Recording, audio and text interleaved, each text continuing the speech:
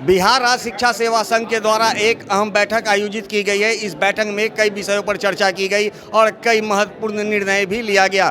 संघ के द्वारा एक नई कमेटी का गठन किया गया है, जिसमें प्रदेश अध्यक्ष सहित तमाम जो पद होते हैं उनके लिए चुनाव भी आयोजित की गई है। इस मुद्दे पर बात करते हैं और जो अभी मनोनीत किए गए हैं अध्यक्ष, उनसे पूछते हैं। सर, क्या नाम हुआ आपका?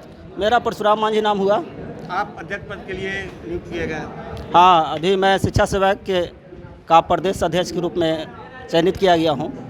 क्या क्या समस्याएं होती हैं, आप समस्याओं का निराकरण कैसे करेंगे? अभी के टाइम में हम लोग देखें कि हम लोग वर्ष 2009 से अपने अपने विद्यालय में शिक्षा सेवक के पद पर कार्यरत हैं, लेकिन हमारी जो सबसे बड़ी समस्या है अभी के टाइम में वह 2018 की मार्गदर्शिका में संशोधन सबसे पहले हो, और हमको कार्य अवधि को देखते हुए हमको प्रशिक्षित कराते हुए सरकार से हम यही मांग करते हैं कि हमको एक शिक्षक का दर्जा दिया जाए।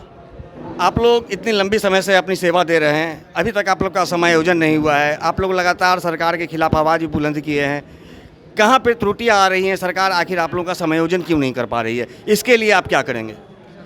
हम लोग सबसे पहले हमको विद्यालय में समायोजित नहीं किया गया, उसमें अगर देखा जाए तो हमारे संगठन के लोग ही दोषी हैं, क्योंकि वह अपने दायित्व को नहीं समझ रहे हैं। जब तक हम यूनाइट होकर के सरकार के विरोध या पॉजिटिव सोच के तहत हम काम नहीं करेंगे, तब तक हमें नहीं लगता है कि हमको समायोजित किया जाएगा। संघ में कमियां थी?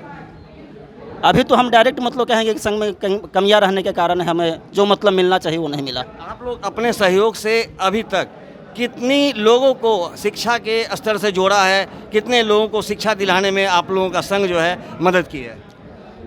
आपके चैनल के माध्यम से मैं बताना चाहता हूं कि जब हमारी बहाली होने के पूर्व जो आप देखते होंगे कि जितने भी दलित महादलित टोले हैं, वहाँ के बच्चे इधर उधर खेलते हुए रहते थे।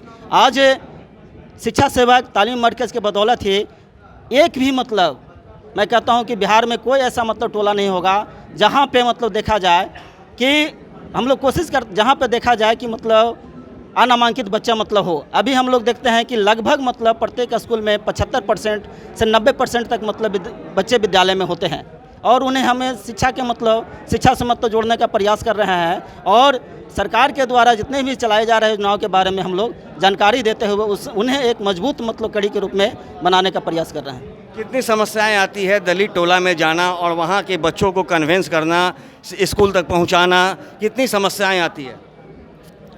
ऐसे तो महादलित टोले में बहुत लोग अनपढ़ लोग होते हैं, माने शिक्षा की कमी होती है, जिसके कारण बहुत सारे बच्चे विद्यालय से नहीं जो जुड़ पाते थे, उसको हमारे शिक्षा सेवक और तालीमी मरकज़ के साथी जो हैं सुबह से लेकर के शाम तक ले बहुत कठिन मेहनत करके और विद्यालय से बच्चों को अनामांकित बच्चों को जोड़ने का काम करते हैं और विद्यालय में पहुंचाने का काम करते हैं। इतना करने के बावजूद भी हमारे सभी शिक्षा सेवक और तालीमी मरकज़ों का जो बहुत सारी समस्या हैं उससे वंचित रह गए हैं, जिसका निराकरण आज तक नहीं हो पाया है, जिसके चलते आज प्रदेश में हमारे नई कोर कमेटी की गठन की आवश्यकता पड़ी है। तो हम लोग यह विश्वास दिलाते हैं कि आगे भविष्य में जितनी भी समस्या हैं उस पर हम लोग काम करेंगे और उस पर निदान कराएंगे। क्या मूल समस्याएं क्या हैं आप लोगों के साथ? मेरा मूल समस्या ये है कि सरकार की विभिन्न योजनाओं को हम लोग धरातल पर उतारने का काम करते हैं और कर भी रहे हैं। यहाँ अल्पसंख्यक या महिला अति पिछड़ाएँ जो भी है, महिला को भी हम लोग साक्षर करने का काम किए।